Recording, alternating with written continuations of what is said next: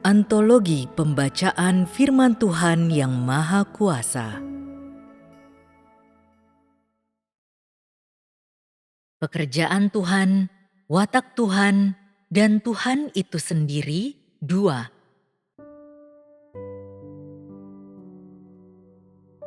Aku yakin bahwa setelah mendengarkan kesaksian Ayub dan penjelasan berbagai aspek dari Ayub, kebanyakan orang akan memiliki rencana untuk jalan di depan mereka. Jadi, aku juga yakin bahwa kebanyakan orang yang dipenuhi dengan kecemasan dan ketakutan secara perlahan akan mulai tenang dalam raga dan pikiran dan akan mulai merasakan kelegaan sedikit demi sedikit. Ayat-ayat di bawah juga merupakan catatan tentang Ayub. Mari kita lanjutkan membaca. 4. Ayub mendengar tentang Tuhan hanya dari kata orang saja. Ayub pasal 9 ayat 11. Lihat, dia melewati aku, namun aku tidak melihatnya. Dia juga berlalu di dekatku, tetapi aku tidak mengetahuinya.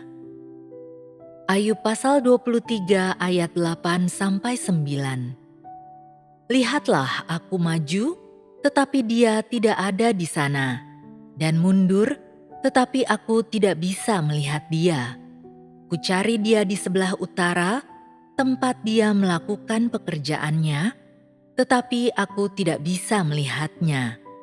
Dia menyembunyikan diri di sebelah selatan, sehingga aku tidak bisa melihat dia. Ayub pasal 42 ayat 2-6. Aku tahu bahwa engkau dapat melakukan segala sesuatu dan tidak ada pikiran yang tersembunyi darimu. Siapakah dia yang bisa menyembunyikan nasihat tanpa pengetahuan? Karena itu, aku mengakui bahwa aku tidak mengerti apapun. Hal-hal ini terlalu ajaib bagiku dan aku tidak memahaminya. Dengarlah, aku minta kepadamu dan aku akan berbicara. Aku akan menanyai engkau dan engkau akan menjawab aku. Aku sudah mendengar tentang engkau hanya dari kata orang saja, tetapi sekarang mataku sendiri memandang engkau. Karena itu, aku membenci diriku sendiri dan dengan menyesal, aku duduk dalam debu dan abu. Meskipun Tuhan tidak memperlihatkan dirinya kepada Ayub, Ayub percaya pada kedaulatan Tuhan. Apa yang merupakan pokok pikiran dari ayat-ayat ini? Apakah ada di antaramu yang menyadari bahwa ada sebuah fakta di sini? Pertama, bagaimana Ayub mengetahui bahwa Tuhan itu ada? Lalu bagaimana dia tahu bahwa langit dan bumi dan segala sesuatu diatur oleh Tuhan? Ada sebuah ayat yang menjawab dua pertanyaan ini. Aku sudah mendengar tentang engkau hanya dari kata orang saja, tetapi sekarang mataku sendiri memandang engkau. Karena itu, aku membenci diriku sendiri dan dengan menyesal, aku duduk dalam debu dan abu. Dari perkataan ini, kita mengetahui bahwa alih-alih telah melihat Tuhan dengan matanya sendiri, Ayub telah mengenal Tuhan dari legenda. Dalam semua keadaan inilah, dia mulai menempuh jalan mengikut Tuhan, di mana setelah itu dia mengakui keberadaan Tuhan dalam hidupnya dan di antara segala sesuatu. Ada sebuah fakta yang tidak terbantahkan di sini. Apakah fakta itu? Meskipun mampu mengikuti jalan takut akan Tuhan dan menjauhi kejahatan, Ayub tidak pernah melihat Tuhan. Dalam hal ini, bukankah Ayub itu sama seperti orang-orang zaman sekarang? Ayub tidak pernah melihat Tuhan. Implikasinya adalah meski dia telah mendengar tentang Tuhan, dia tidak mengetahui di mana Tuhan berada, atau seperti apa Tuhan itu, atau apa yang Tuhan sedang lakukan. Semua ini merupakan faktor-faktor subjektif. Secara objektif, meski Ayub mengikuti Tuhan, Tuhan tidak pernah menampakkan diri kepadanya atau berbicara kepadanya. Bukankah ini fakta? Meskipun Tuhan tidak berbicara kepada Ayub atau memberinya perintah apapun, Ayub telah melihat keberadaan Tuhan dan memandang kedaulatannya di antara segala sesuatu. Dan dalam legenda yang melaluinya Ayub mendengar tentang Tuhan hanya dari kata orang saja, yang mana setelah mendengar hal itu, dia kemudian memulai hidup yang takut akan Tuhan dan menjauhi kejahatan. Seperti itulah asal mula dan proses Ayub mengikuti Tuhan. Namun, bagaimanapun Ayub takut akan Tuhan dan menjauhi kejahatan, bagaimanapun dia memegang teguh kesalehannya, Tuhan tidak pernah sekalipun menampakkan diri kepadanya. Mari kita membaca ayat ini. Dia berkata, "Lihat, dia melewati aku, namun aku tidak melihatnya. Dia juga berlalu di dekatku, tetapi aku tidak mengetahuinya." Maksud dari perkataan ini adalah bahwa Ayub mungkin merasakan Tuhan di sekelilingnya atau mungkin tidak, tetapi dia tidak pernah bisa melihat Tuhan. Ada kalanya ketika dia membayangkan Tuhan lewat di depannya atau bertindak atau membimbing manusia, tetapi dia tidak pernah tahu. Tuhan menjumpai manusia saat dia tidak menduganya.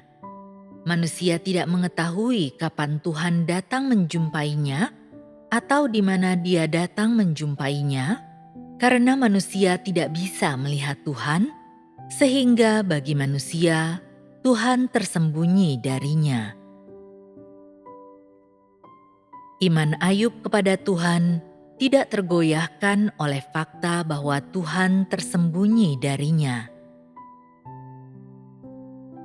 Dalam ayat Alkitab berikut ini, Ayub kemudian berkata, "Lihatlah, aku maju, tetapi dia tidak ada di sana, dan mundur, tetapi aku tidak bisa melihat dia. Kucari dia di sebelah utara, tempat dia melakukan pekerjaannya, tetapi aku tidak bisa melihatnya. Dia menyembunyikan diri di sebelah selatan, sehingga aku tidak bisa melihat dia." Dalam catatan ini, kita mengetahui bahwa dalam pengalaman Ayub, Tuhan tersembunyi darinya selama ini. Tuhan tidak secara terbuka menampakkan diri di hadapannya, dan dia juga tidak secara terbuka berbicara kepadanya, tetapi di dalam hatinya Ayub yakin akan keberadaan Tuhan. Dia selalu percaya bahwa Tuhan mungkin sedang berjalan di hadapannya atau bertindak di sisinya, dan meskipun dia tidak dapat melihat Tuhan, dia berada di sampingnya mengatur segala sesuatu yang berkaitan dengan dirinya. Ayub belum pernah melihat Tuhan, tetapi dia mampu untuk tetap setia pada imannya, sesuatu yang tidak mampu dilakukan oleh orang lain. Mengapa orang lain tidak bisa melakukan itu? Itu karena Tuhan tidak berbicara kepada Ayub atau menampakkan diri kepadanya, dan jika dia tidak sungguh-sungguh percaya, dia mungkin tidak terus melanjutkan, dan dia juga mungkin tidak tetap teguh di jalan takut akan Tuhan dan menjauhi kejahatan. Bukankah ini benar? Bagaimana perasaanmu ketika engkau membaca Ayub mengucapkan perkataan ini? Apakah engkau merasa bahwa hidupnya yang tak bercela serta kejujuran dan kebenaran Ayub di hadapan Tuhan adalah benar dan bukan pernyataan Tuhan tentang Ayub yang dilebih-lebihkan? Meskipun Tuhan memperlakukan Ayub sama seperti orang lain dan tidak menampakkan diri di hadapannya atau berbicara kepadanya, Ayub tetap memegang teguh kesalehannya. Dia tetap percaya akan kedaulatan Tuhan, dan terlebih lagi, dia sering mempersembahkan korban bakaran dan berdoa di hadapan Tuhan sebagai hasil dari sikapnya yang takut menyinggung Tuhan.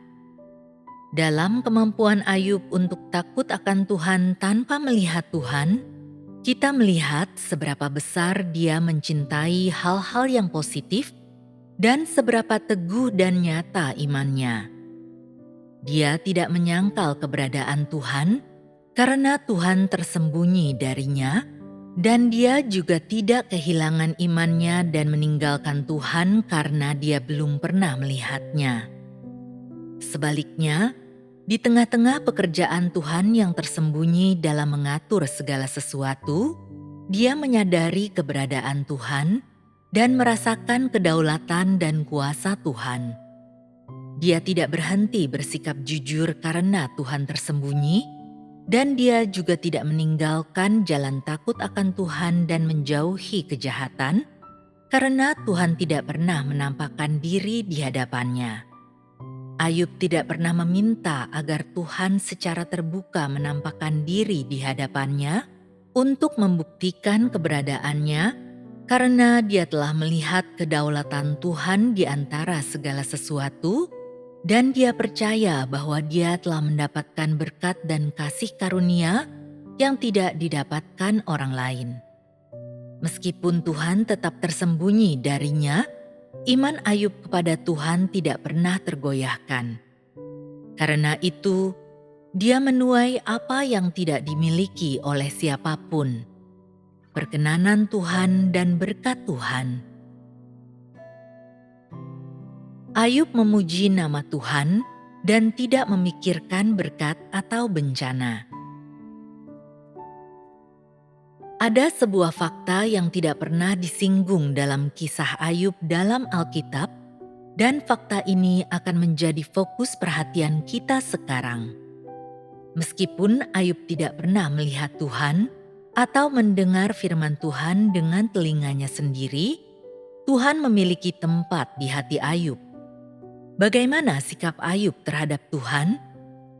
Sikap Ayub seperti yang disebutkan sebelumnya adalah, terpujilah nama Yahweh. Pujiannya bagi nama Tuhan tanpa syarat, tidak memedulikan keadaan, dan tanpa alasan. Kita melihat bahwa Ayub telah memberikan hatinya kepada Tuhan yang memungkinkannya untuk dikendalikan oleh Tuhan. Semua yang dia pikirkan, semua yang dia putuskan, dan semua yang dia rencanakan dalam hatinya dibukakan kepada Tuhan dan tidak ditutup-tutupi dari Tuhan. Hatinya tidak berseberangan dengan Tuhan, dan dia tidak pernah meminta Tuhan untuk melakukan apapun untuknya atau memberi apapun kepadanya, dan dia tidak memendam hasrat berlebihan bahwa dia akan mendapatkan apapun dari penyembahannya kepada Tuhan. Ayub tidak bernegosiasi dengan Tuhan dan tidak mengajukan permintaan atau tuntutan kepada Tuhan. Dia memuji nama Tuhan karena kuasa dan otoritas Tuhan yang luar biasa dalam mengatur segala sesuatu, dan itu tidak bergantung pada apakah dia mendapatkan berkat atau ditimpa oleh bencana. Dia percaya bahwa terlepas dari apakah Tuhan memberkati orang atau mendatangkan bencana atas mereka, kuasa dan otoritas Tuhan tidak akan berubah, sehingga bagaimanapun keadaan seseorang, nama Tuhan harus dipuji. Orang tersebut diberkati oleh Tuhan karena kedaulatan Tuhan, dan saat kemalangan menimpa manusia, itu juga terjadi karena kedaulatan Tuhan. Kuasa dan otoritas Tuhan berkuasa dan mengatur segala sesuatu tentang manusia. Perubahan yang tak terduga pada kekayaan manusia adalah perwujudan dari kuasa dan otoritas Tuhan, dan apapun sudut pandang seseorang, nama Tuhan harus dipuji. Inilah yang dialami oleh Ayub dan yang semakin diketahuinya selama tahun-tahun hidupnya. Seluruh pikiran dan tindakan Ayub sampai ke telinga Tuhan dan sampai di hadapan Tuhan dan dipandang penting oleh Tuhan. Tuhan menghargai pengetahuan Ayub ini dan menghargai Ayub karena memiliki hati seperti itu. Hati seperti ini senantiasa menantikan perintah Tuhan dan di segala tempat, serta kapan dan dimanapun, hati seperti ini menyambut apapun yang terjadi pada dirinya. Ayub tidak mengajukan tuntutan apapun kepada Tuhan. Yang dia tuntut dari dirinya sendiri adalah menunggu, menerima, menghadapi, dan menaati seluruh pengaturan yang berasal dari Tuhan. Ayub percaya ini adalah tugasnya, dan itulah yang justru diinginkan oleh Tuhan.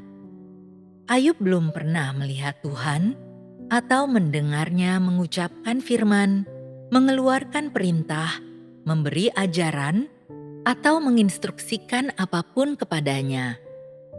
Dalam bahasa zaman sekarang, bagi Ayub untuk dapat memiliki pengetahuan dan sikap seperti itu terhadap Tuhan saat Tuhan tidak memberinya pencerahan, bimbingan, ataupun pembekalan berkenaan dengan kebenaran, ini adalah hal yang sangat berharga. Dan bagi Ayub untuk menunjukkan hal-hal seperti itu sudah cukup bagi Tuhan, dan kesaksiannya dipuji dan dihargai oleh Tuhan. Ayub tidak pernah melihat Tuhan atau mendengar Tuhan secara langsung mengucapkan ajaran apapun kepadanya, tetapi bagi Tuhan, hati Ayub dan diri Ayub sendiri jauh lebih berharga dari orang-orang yang di hadapan Tuhan hanya dapat berbicara dalam kerangka teori secara mendalam, yang hanya dapat membual dan berbicara tentang mempersembahkan korban bakaran, tetapi sama sekali tidak memiliki pengetahuan yang sejati akan Tuhan dan tidak pernah sungguh-sungguh takut akan Tuhan.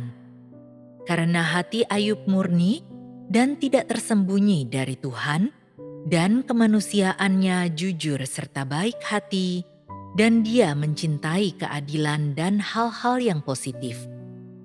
Hanya manusia semacam inilah yang memiliki hati dan kemanusiaan yang dapat mengikuti jalan Tuhan dan mampu untuk takut akan Tuhan dan menjauhi kejahatan.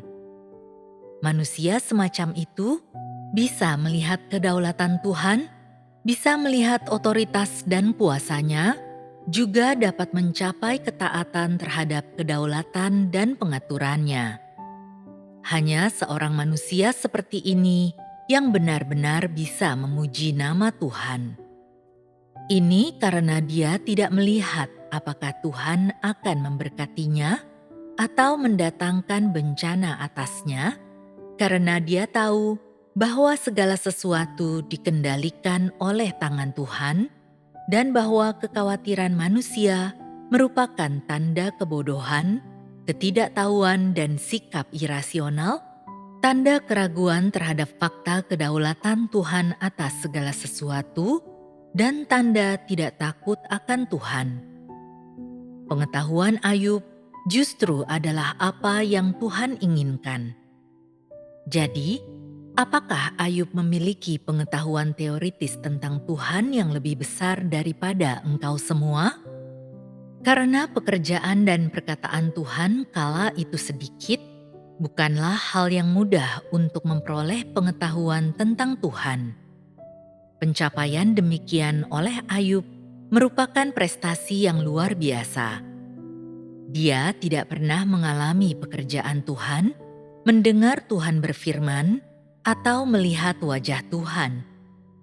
Bahwa Ayub dapat memiliki sikap seperti itu terhadap Tuhan, itu sepenuhnya merupakan hasil dari kemanusiaan dan pengejaran pribadinya, kemanusiaan dan pengejaran yang tidak dimiliki oleh orang-orang zaman sekarang. Jadi, pada zaman itu Tuhan berkata, "Tidak ada seorang pun seperti Dia di bumi yang demikian tak bercela dan jujur." Pada zaman itu, Tuhan sudah membuat penilaian seperti itu mengenai diri Ayub dan telah sampai pada kesimpulan seperti itu. Betapa jauh lebih benarnya hal itu pada zaman sekarang. Meskipun Tuhan tersembunyi dari manusia, perbuatannya di tengah segala sesuatu cukup bagi manusia untuk mengenalnya.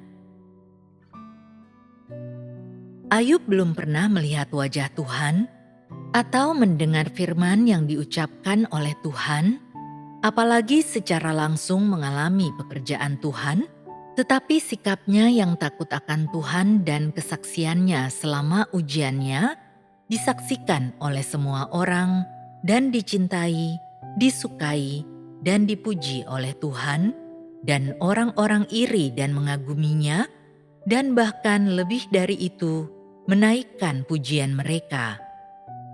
Tidak ada hal yang hebat atau luar biasa tentang kehidupannya. Sama seperti orang biasa, Ayub menjalani kehidupan yang biasa-biasa saja, berangkat kerja saat fajar, dan kembali ke rumah untuk beristirahat saat senja.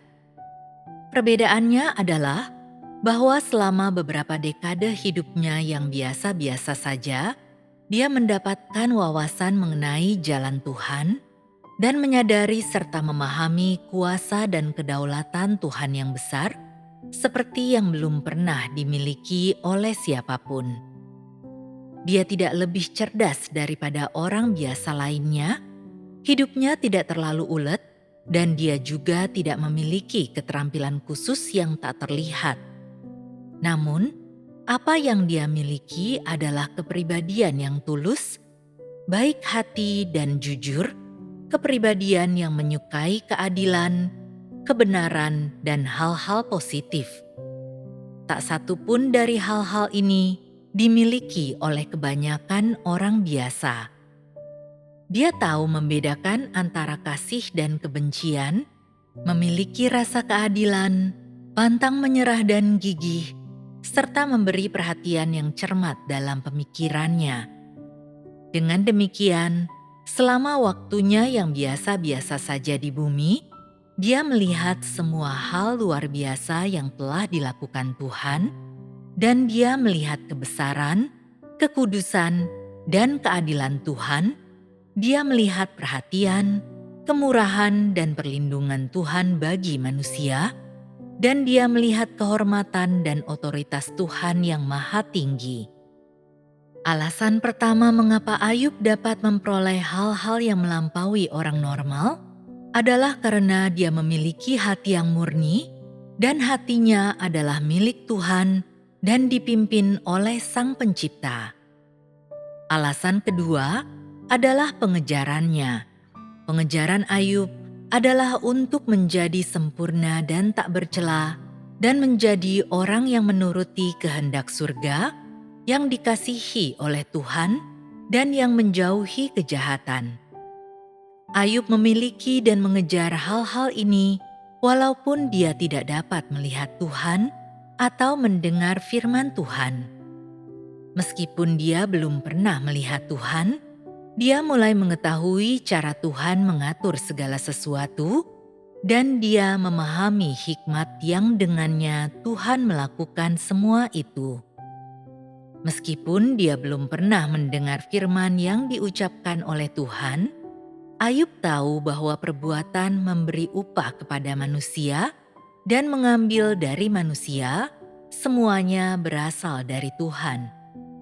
Meskipun tahun-tahun hidupnya tidak berbeda dengan kehidupan orang biasa, dia tidak membiarkan hidupnya yang biasa-biasa itu memengaruhi pengetahuannya akan kedaulatan Tuhan atas segala sesuatu, atau memengaruhi cara dia mengikuti jalan takut akan Tuhan dan menjauhi kejahatan. Di matanya, Hukum segala sesuatu penuh dengan perbuatan Tuhan, dan kedaulatan Tuhan dapat dilihat di bagian manapun dalam kehidupan seseorang. Dia belum pernah melihat Tuhan, tetapi dia bisa menyadari bahwa perbuatan Tuhan ada di mana-mana, dan selama waktunya yang biasa-biasa saja di bumi, di setiap sudut hidupnya dia bisa melihat dan menyadari perbuatan Tuhan yang luar biasa dan menakjubkan, dan dia bisa melihat pengaturan Tuhan yang menakjubkan. Ketersembunyian dan keheningan Tuhan tidak menghalangi kesadaran Ayub tentang perbuatan-perbuatan Tuhan, juga tidak memengaruhi pengetahuannya akan kedaulatan Tuhan atas segala sesuatu. Selama kehidupannya sehari-hari, hidupnya adalah perwujudan kedaulatan dan pengaturan Tuhan yang tersembunyi di antara segala sesuatu. Dalam kehidupannya sehari-hari, dia juga mendengar dan memahami suara hati Tuhan dan firman Tuhan yang hening di antara segala sesuatu, tetapi mengungkapkan suara hatinya dan firman-Nya dengan mengatur hukum segala sesuatu.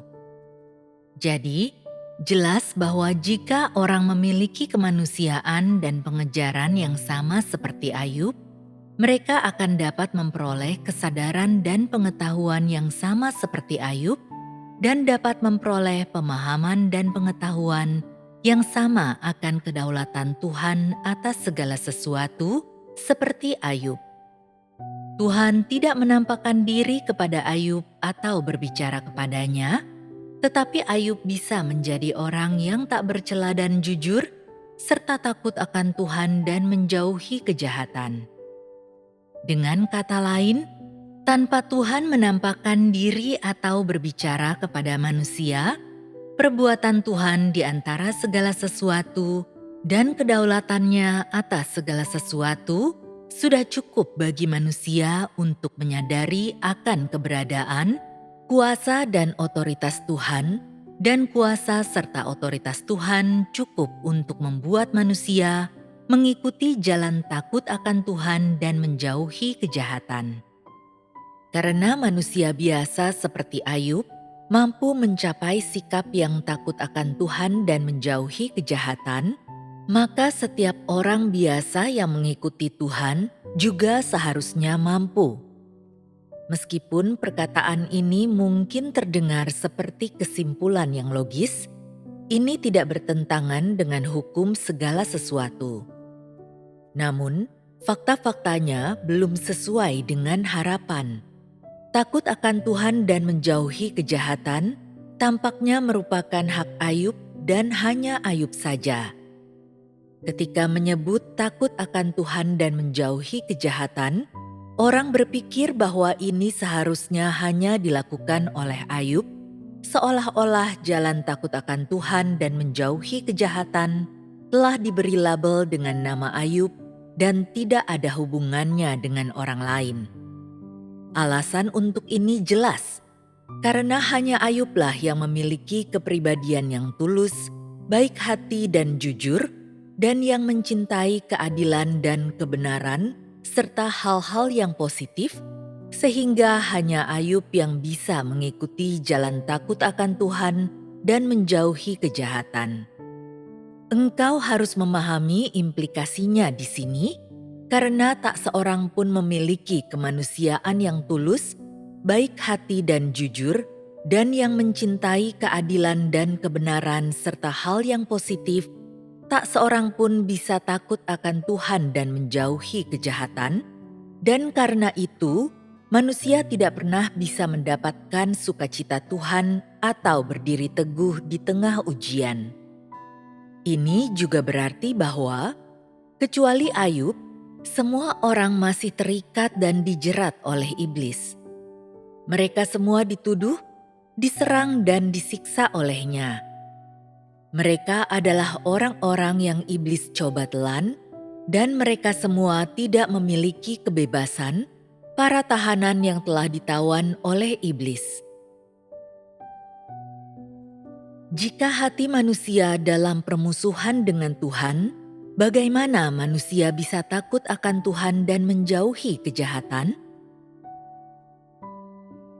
Karena orang zaman sekarang tidak memiliki kemanusiaan yang sama seperti Ayub, apa natur dan esensi mereka dan sikap mereka terhadap Tuhan? Apakah mereka takut akan Tuhan? Apakah mereka menjauhi kejahatan? Mereka yang tidak takut akan Tuhan atau menjauhi kejahatan hanya bisa disimpulkan dengan dua kata, musuh Tuhan. Engkau semua sering mengatakan dua kata ini, tetapi engkau semua sama sekali tidak mengetahui makna yang sebenarnya. Frasa musuh Tuhan memiliki substansi. Frasa tersebut tidak mengatakan bahwa Tuhan memandang manusia sebagai musuh, tetapi manusia memandang Tuhan sebagai musuh. Pertama, ketika orang mulai percaya kepada Tuhan, siapa di antara mereka yang tidak memiliki tujuan, motivasi, dan ambisi mereka sendiri? Meskipun satu bagian dari mereka percaya akan keberadaan Tuhan dan telah melihat keberadaan Tuhan, kepercayaan mereka kepada Tuhan masih mengandung motivasi tersebut, dan tujuan utama mereka percaya kepada Tuhan adalah untuk menerima berkat-Nya dan hal-hal yang mereka inginkan. Dalam pengalaman hidup manusia, mereka sering memikirkan diri mereka sendiri. Aku telah menyerahkan keluarga dan karirku untuk Tuhan. Lalu, apa yang telah Dia berikan kepadaku? Aku harus menghitungnya dan memastikan, sudahkah aku menerima berkat baru-baru ini?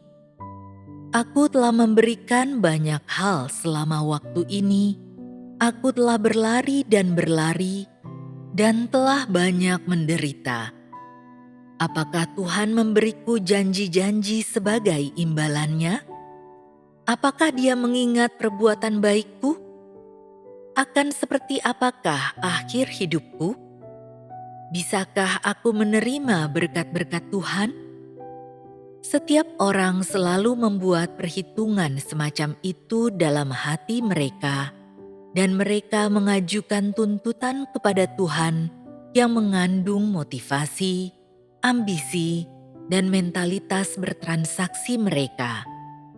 Dengan kata lain, dalam hatinya, manusia terus-menerus menguji Tuhan, selalu menyusun rencana tentang Tuhan, dan selalu memperdebatkan kasus untuk akhir pribadinya sendiri dengan Tuhan, dan mencoba untuk mengeluarkan pernyataan dari Tuhan, melihat apakah Tuhan dapat memberikan kepadanya apa yang dia inginkan atau tidak. Pada saat yang sama, ketika mengejar Tuhan, manusia tidak memperlakukan Tuhan sebagai Tuhan. Manusia telah selalu berusaha membuat kesepakatan dengan Tuhan, mengajukan tuntutan kepadanya tanpa henti, dan bahkan menekannya di setiap langkah, berusaha meminta lebih banyak setelah diberi sedikit, seperti kata pepatah, diberi hati minta jantung. Pada saat bersamaan, saat mencoba bertransaksi dengan Tuhan, manusia juga berdebat dengannya, dan bahkan ada orang-orang yang ketika ujian menimpa mereka atau mereka mendapati diri mereka berada dalam situasi tertentu, seringkali menjadi lemah, pasif, serta kendur dalam pekerjaan mereka dan penuh keluhan akan Tuhan. Dari waktu saat manusia pertama kali mulai percaya kepada Tuhan, dia telah menganggap Tuhan berlimpah ruah, sama seperti pisau Swiss Army, dan dia menganggap dirinya sendiri sebagai kreditur terbesar Tuhan, seolah-olah berusaha mendapatkan berkat dan janji dari Tuhan adalah hak dan kewajiban yang melekat pada dirinya. Sementara tanggung jawab Tuhan adalah melindungi dan memelihara manusia serta membekalinya. Seperti inilah pemahaman dasar tentang percaya kepada Tuhan dari semua orang yang percaya kepada Tuhan.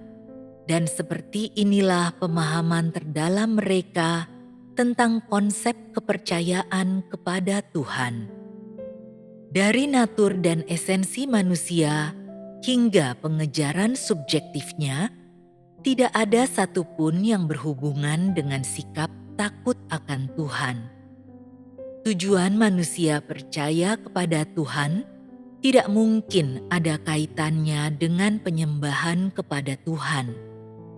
Dengan kata lain, manusia tidak pernah mempertimbangkan atau memahami bahwa kepercayaan kepada Tuhan membutuhkan takut akan Tuhan dan menyembah Tuhan. Dalam kondisi seperti itu, hakikat manusia mudah terlihat. Apakah hakikat ini?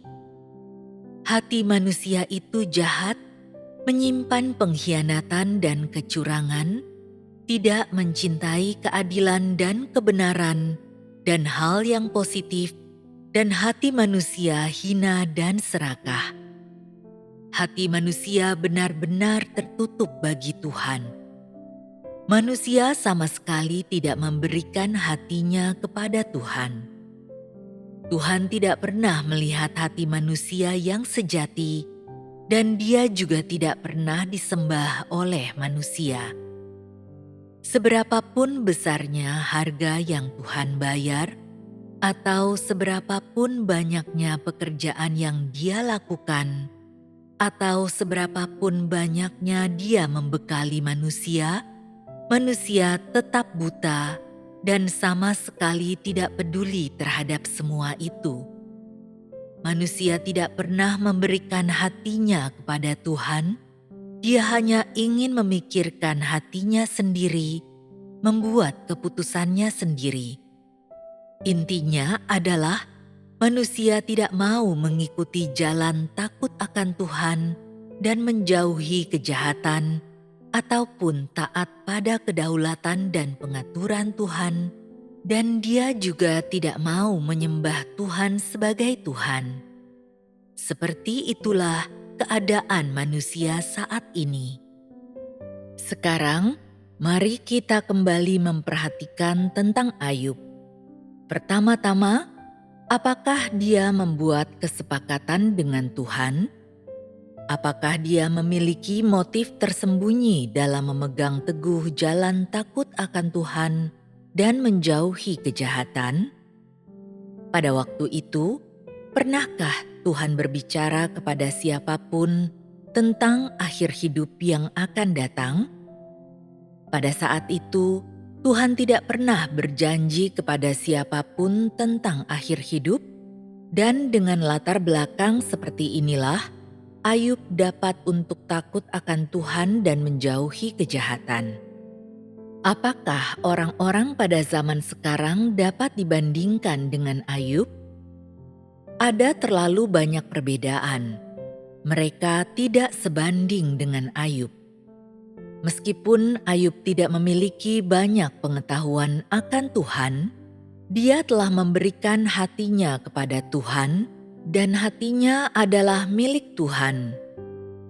Ayub tidak pernah membuat kesepakatan dengan Tuhan dan tidak memiliki keinginan atau tuntutan yang berlebihan terhadap Tuhan. Sebaliknya, dia percaya bahwa Yahwe yang memberi, Yahwe juga yang mengambil. Inilah yang dilihat dan diperolehnya dari berpegang teguh pada jalan takut akan Tuhan dan menjauhi kejahatan selama bertahun-tahun kehidupan. Demikian pula, dia juga mendapatkan hasil yang diwakili dengan kata-kata, "Apakah kita mau menerima yang baik dari tangan Tuhan dan tidak mau menerima yang jahat?" Kedua kalimat ini adalah apa yang telah dia lihat dan ketahui sebagai hasil dari sikap ketaatannya kepada Tuhan selama pengalaman hidupnya, Dan semua itu juga merupakan senjata terkuatnya yang dengan menggunakannya dia menang selama pencobaan iblis, dan semua itu adalah dasar dari keteguhannya dalam menjadi kesaksian bagi Tuhan. Sampai pada titik ini, apakah engkau semua membayangkan Ayub sebagai orang yang menyenangkan? Apakah engkau semua berharap menjadi orang seperti itu? Apakah engkau semua takut jika harus mengalami pencobaan iblis? Apakah engkau semua bertekad untuk berdoa kepada Tuhan agar engkau semua menerima ujian yang sama seperti Ayub? Tanpa ragu, kebanyakan orang tidak akan berani berdoa untuk hal-hal semacam itu.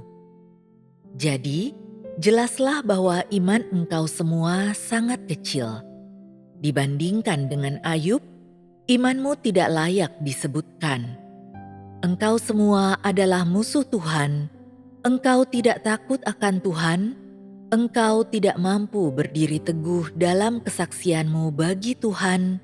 Dan engkau tidak mampu menang atas serangan, tuduhan, dan pencobaan iblis. Apa yang membuat engkau semua layak untuk menerima janji Tuhan? Setelah mendengar kisah Ayub dan memahami maksud Tuhan dalam menyelamatkan manusia dan makna penyelamatan manusia, apakah engkau semua sekarang memiliki iman untuk menerima ujian yang sama seperti Ayub? Bukankah seharusnya engkau memiliki sedikit tekad untuk membuat dirimu mengikuti jalan takut akan Tuhan dan menjauhi kejahatan? Tidak memiliki kekhawatiran terhadap ujian dari Tuhan.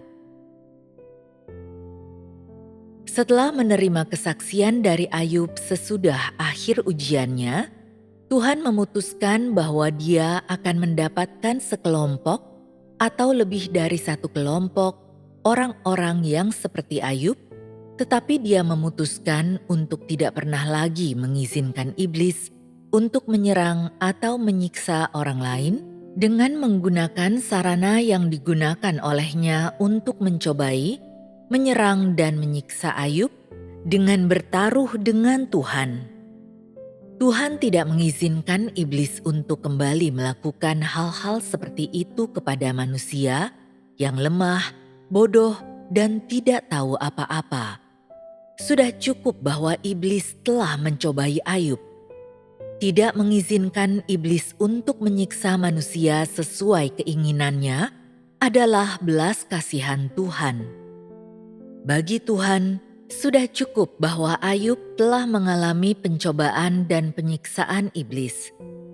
Tuhan tidak mengizinkan iblis untuk kembali melakukan hal-hal seperti itu, karena kehidupan dan segala sesuatu yang berkaitan dengan orang-orang yang mengikut Tuhan diperintah dan diatur oleh Tuhan, dan iblis tidak berhak memanipulasi umat pilihan Tuhan sesuka hatinya. Engkau semua harus jelas tentang hal ini. Tuhan peduli akan kelemahan manusia dan memahami kebodohan dan ketidaktahuannya. Meskipun agar manusia dapat sepenuhnya diselamatkan, Tuhan harus menyerahkannya kepada iblis. Tuhan tidak mau melihat manusia pernah dipermainkan dan disiksa oleh iblis, dan Dia tidak ingin melihat manusia selalu menderita. Manusia diciptakan oleh Tuhan, dan bahwa Tuhan memerintah dan mengatur segala sesuatu yang berkaitan tentang manusia ditetapkan oleh surga dan diakui oleh bumi. Ini adalah tanggung jawab Tuhan, dan ini adalah otoritas yang dengannya Tuhan mengatur segala sesuatu. Tuhan tidak mengizinkan iblis menyiksa dan menganiaya manusia sesuka hati. Dia tidak mengizinkan iblis menggunakan berbagai cara untuk menyesatkan manusia, dan bahkan Dia tidak mengizinkan iblis untuk turut campur dalam kedaulatan Tuhan atas manusia, juga tidak mengizinkan iblis untuk menginjak-injak dan merusak hukum-hukum yang digunakan oleh Tuhan untuk mengatur segala sesuatu, apalagi merusak pekerjaan Tuhan yang hebat dalam mengelola dan menyelamatkan umat manusia. Mereka yang ingin Tuhan selamatkan dan mereka yang mampu menjadi kesaksian bagi Tuhan adalah inti dan perwujudan pekerjaan rencana pengelolaan 6.000 tahun Tuhan serta harga upayanya dalam pekerjaannya selama 6.000 tahun. Bagaimana mungkin Tuhan dengan begitu saja menyerahkan orang-orang ini kepada iblis? Orang sering khawatir dan takut menghadapi ujian dari Tuhan, tetapi mereka senantiasa hidup dalam jerat iblis dan hidup dalam wilayah berbahaya tempat mereka diserang dan disiksa oleh iblis.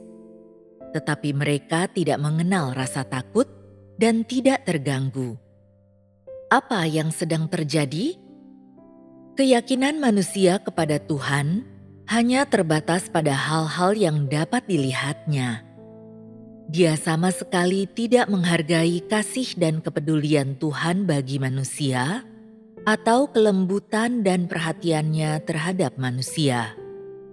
Namun, untuk sedikit gentar dan takut akan ujian, penghakiman dan hajaran, serta kemegahan dan murka Tuhan, manusia tidak memiliki pemahaman sedikit pun tentang maksud baik Tuhan. Berbicara tentang ujian, manusia merasa seolah-olah Tuhan memiliki motif tersembunyi, dan sebagian orang bahkan percaya bahwa Tuhan menyimpan rancangan jahat, tidak menyadari apa yang sebenarnya akan Tuhan lakukan untuk mereka.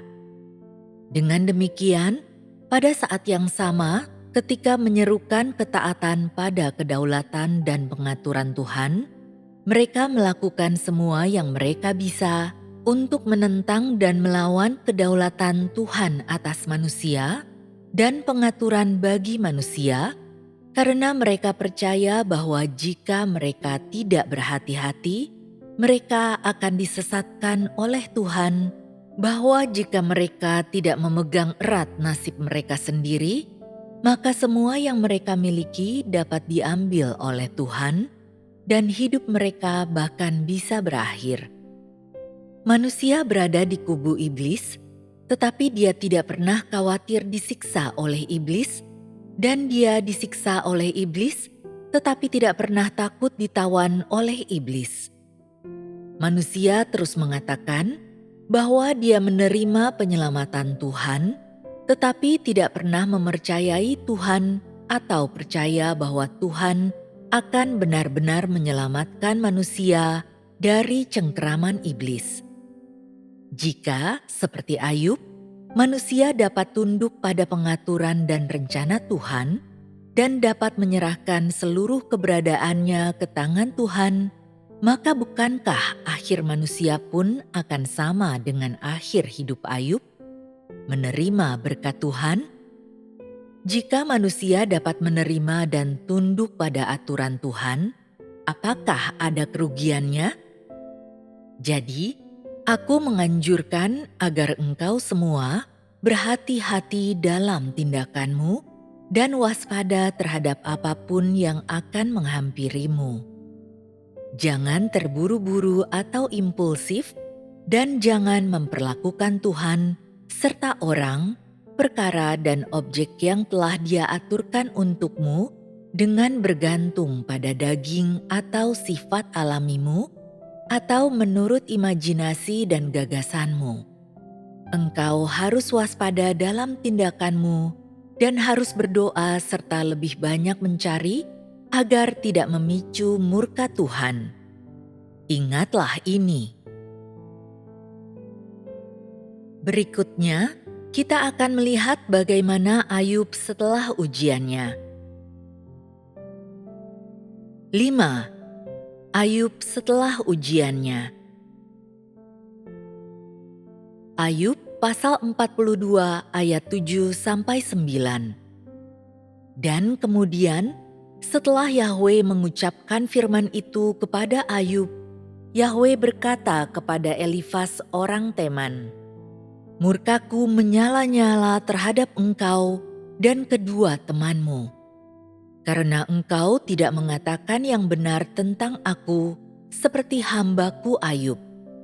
Karena itu, sekarang kalian ambillah 7 ekor lembu jantan dan 7 domba jantan, dan pergilah kepada hambaku Ayub, lalu persembahkanlah korban bakaran bagi dirimu, dan hambaku Ayub akan mendoakan engkau sekalian, karena aku akan menerima permintaannya, supaya aku tidak berurusan dengan engkau karena kebodohanmu, sebab engkau tidak mengatakan yang benar tentang aku seperti hambaku Ayub."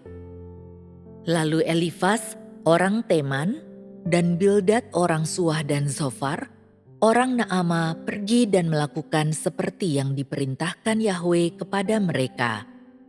Yahwe juga menerima permintaan Ayub.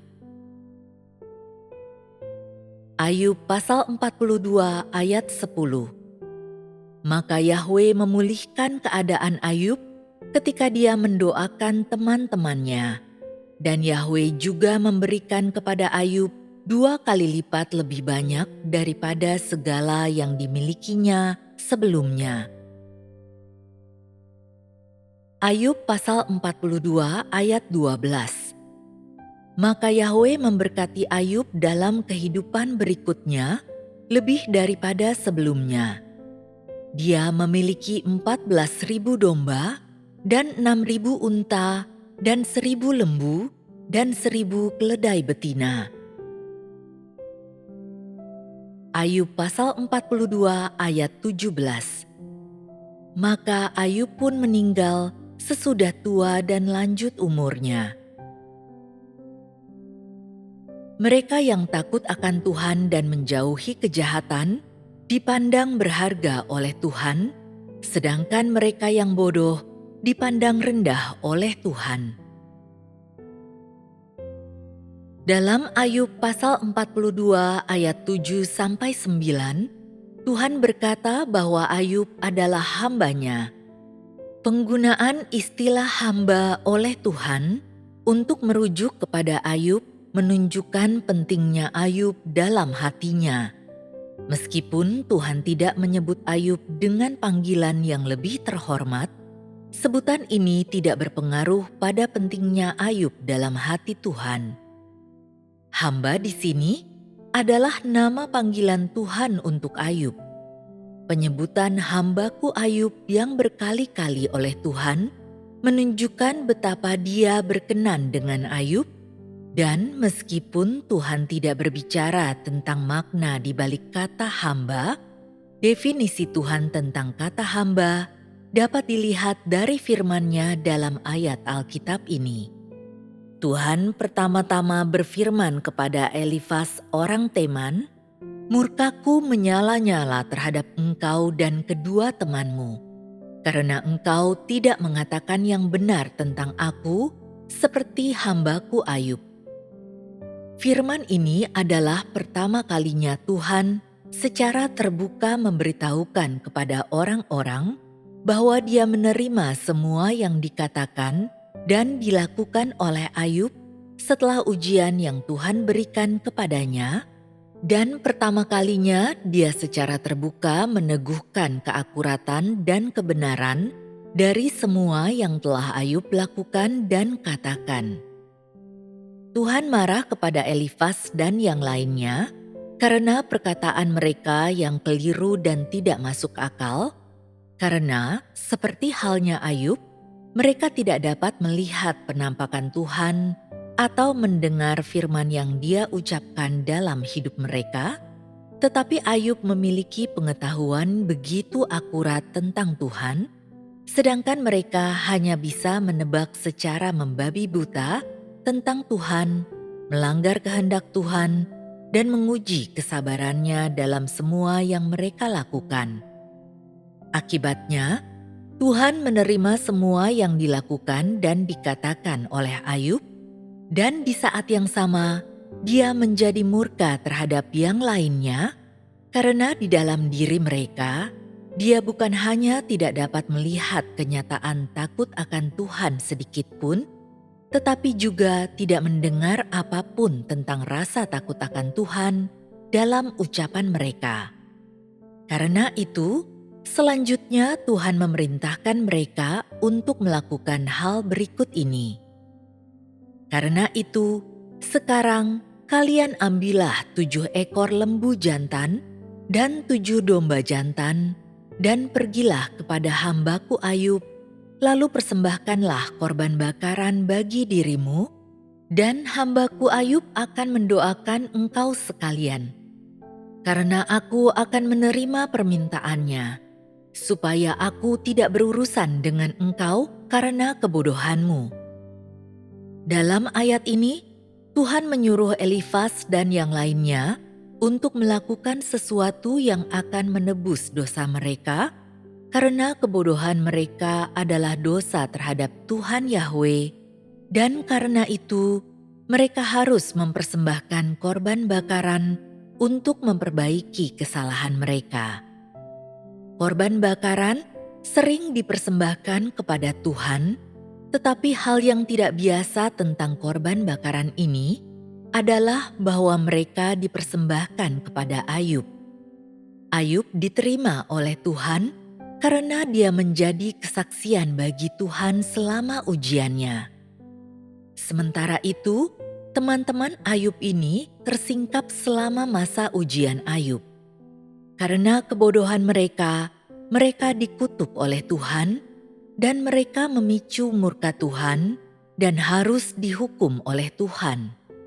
Dihukum dengan mempersembahkan korban bakaran di hadapan Ayub, di mana setelah itu Ayub berdoa bagi mereka untuk menghilangkan hukuman dan murka Tuhan terhadap mereka. Maksud Tuhan adalah mempermalukan mereka, karena mereka bukanlah orang-orang yang takut akan Tuhan dan menjauhi kejahatan, dan mereka telah mengutuk kesalehan Ayub. Di satu sisi, Tuhan mengatakan kepada mereka bahwa Dia tidak menerima tindakan mereka, tetapi sangat menerima dan menyukai Ayub. Di sisi lain, Tuhan mengatakan kepada mereka bahwa diterima oleh Tuhan mengangkat manusia di hadapan Tuhan, bahwa manusia dibenci Tuhan karena kebodohannya, dan menyinggung Tuhan karena hal itu, dan rendah serta hina di mata Tuhan. Ini adalah definisi yang diberikan oleh Tuhan tentang dua jenis manusia. Ini adalah sikap Tuhan terhadap dua jenis orang ini, dan semua itu adalah ungkapan Tuhan melalui kata-kata tentang nilai dan kedudukan kedua jenis orang ini. Meskipun Tuhan menyebut Ayub sebagai hamba-Nya, di mata Tuhan, hamba ini dikasihi dan dianugerahkan otoritas untuk berdoa bagi orang lain dan mengampuni kesalahan mereka. Hamba ini dapat berbicara langsung kepada Tuhan dan datang langsung ke hadapan Tuhan, dan statusnya lebih tinggi dan lebih terhormat daripada orang lain. Inilah arti sebenarnya dari kata hamba yang diucapkan oleh Tuhan.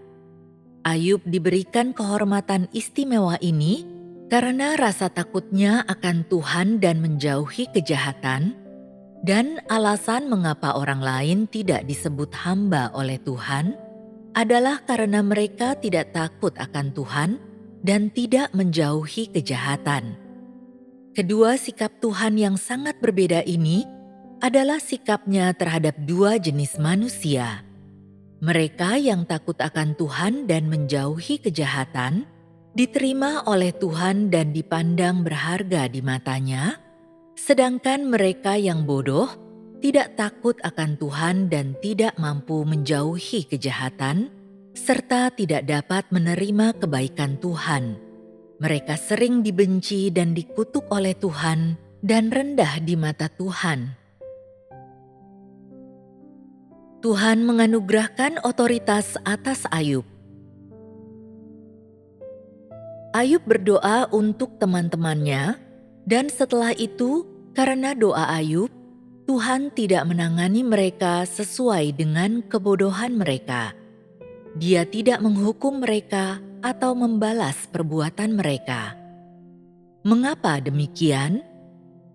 Itu karena doa-doa yang dinaikkan kepada mereka oleh hamba Tuhan, Ayub, telah sampai ke telinganya. Tuhan mengampuni mereka karena Dia menerima doa-doa Ayub. Jadi, apa yang kita lihat di sini? Ketika Tuhan memberkati seseorang, Dia memberi kepada mereka banyak upah dan bukan hanya upah materi. Tuhan juga memberi mereka otoritas dan hak untuk berdoa bagi orang lain, dan Tuhan melupakan serta mengabaikan pelanggaran orang-orang tersebut karena Dia mendengar doa-doa ini. Inilah otoritas yang Tuhan berikan kepada Ayub.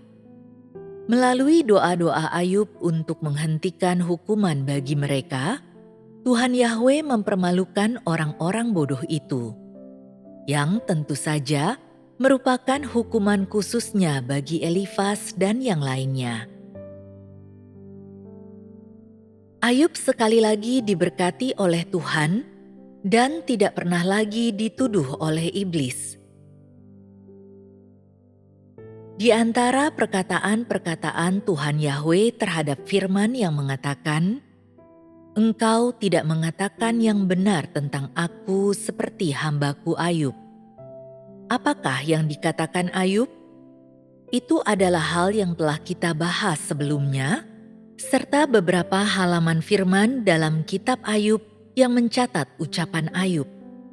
Dalam semua halaman firman ini, Ayub tidak pernah sekalipun memiliki keluhan atau keraguan akan Tuhan. Dia hanya menunggu hasilnya.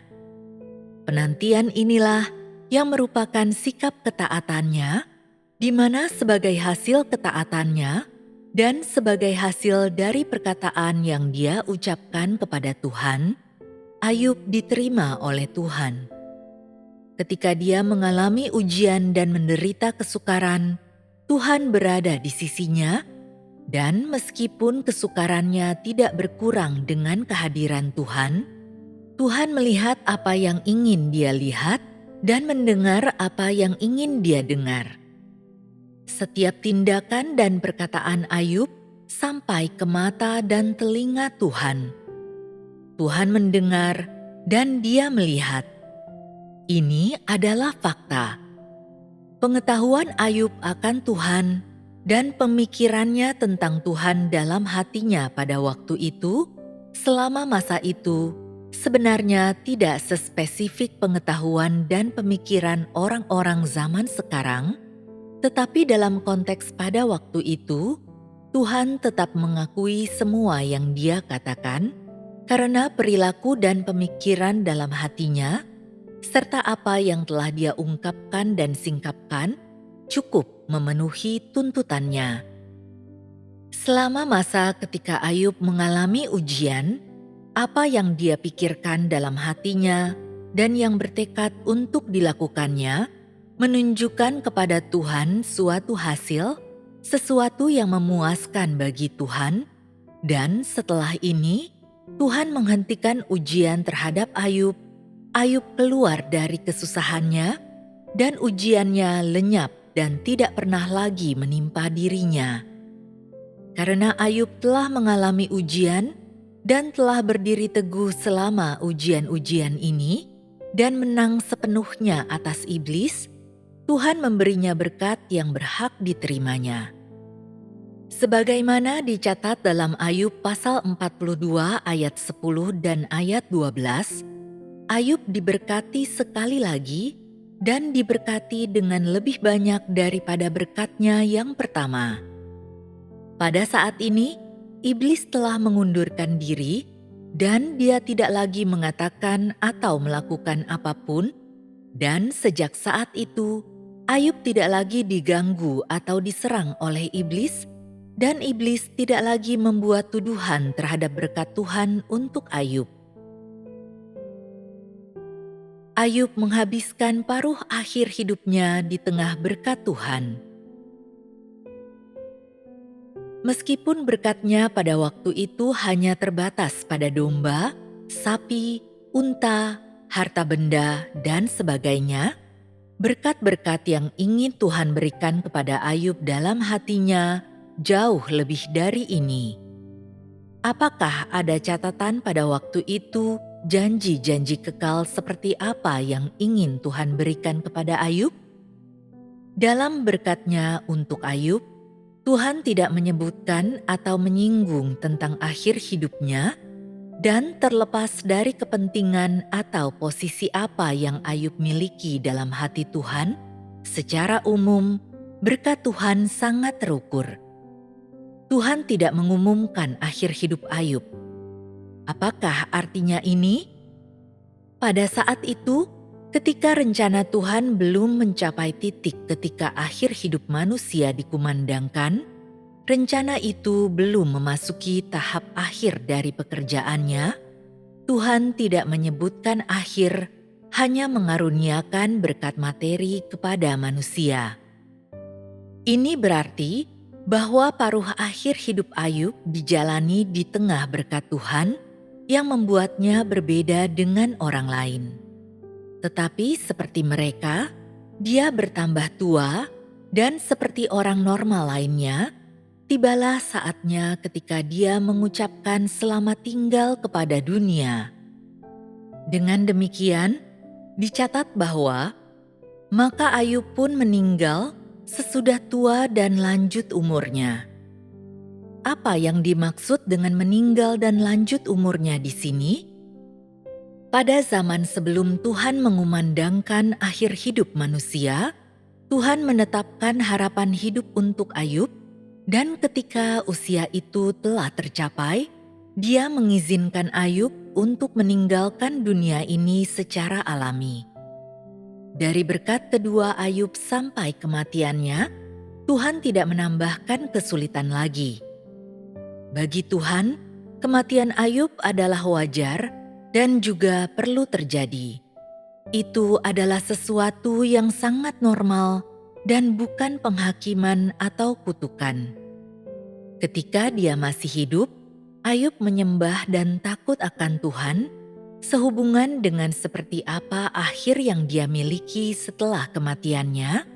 Tuhan sama sekali tidak berfirman atau membuat komentar tentang hal itu.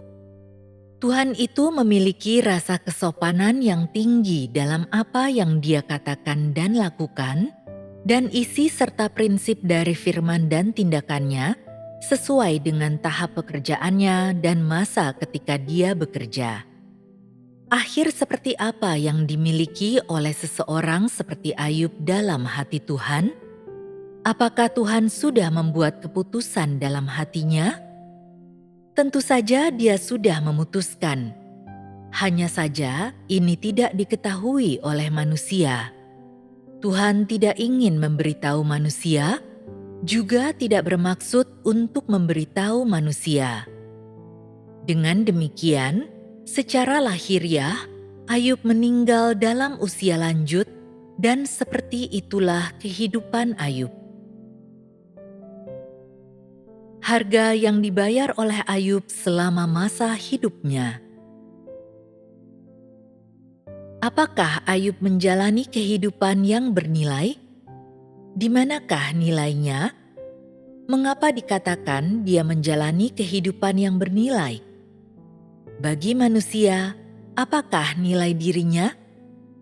Dari sudut pandang manusia, Ayub merepresentasikan umat manusia yang ingin Tuhan selamatkan dalam menjadi kesaksian yang berkumandang bagi Tuhan di hadapan iblis dan orang-orang di dunia. Ayub memenuhi kewajiban yang harus dipenuhi oleh makhluk ciptaan Tuhan dan menjadikan dirinya teladan dan bertindak sebagai model bagi semua orang yang ingin Tuhan selamatkan, memungkinkan orang untuk melihat bahwa sangatlah mungkin untuk menang atas iblis dengan mengandalkan Tuhan. Apa nilai Ayub bagi Tuhan? Bagi Tuhan, nilai kehidupan Ayub terletak pada kemampuannya untuk takut akan Tuhan, menyembah Tuhan, bersaksi tentang perbuatan Tuhan, dan memuji perbuatan Tuhan, memberi penghiburan kepada Tuhan dan sesuatu untuk dinikmati. Bagi Tuhan, nilai kehidupan Ayub juga adalah dalam hal bagaimana sebelum kematiannya, Ayub mengalami ujian dan menang atas iblis dan menjadi kesaksian yang berkumandang bagi Tuhan di hadapan iblis dan orang-orang di dunia, sehingga Tuhan memperoleh kemuliaan di antara umat manusia, menghibur hatinya, dan memungkinkan hatinya yang berhasrat untuk menyaksikan hasilnya dan melihat harapan. Kesaksiannya itu menjadi teladan tentang adanya kemampuan untuk berdiri teguh dalam kesaksian orang bagi Tuhan dan kemampuan mempermalukan iblis atas nama Tuhan di dalam pekerjaan Tuhan mengelola umat manusia. Bukankah ini nilai kehidupan Ayub? Ayub membawa penghiburan bagi hati Tuhan. Dia memberi Tuhan pendahuluan akan kenikmatan memperoleh kemuliaan dan memberikan awal yang indah bagi rencana pengelolaan Tuhan.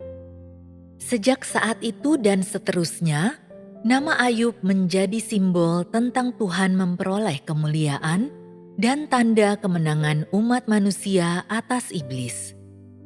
Apa yang dihidupi Ayub selama masa hidupnya, serta kemenangannya yang luar biasa atas iblis, akan selamanya dihargai oleh Tuhan, dan hidupnya yang tak bercela, kejujuran, dan sikapnya yang takut akan Tuhan akan dihormati dan ditiru oleh generasi yang akan datang. Dia akan selamanya dihargai oleh Tuhan, seperti mutiara yang sempurna dan berkilau, dan demikian pula dia layak dihargai oleh manusia.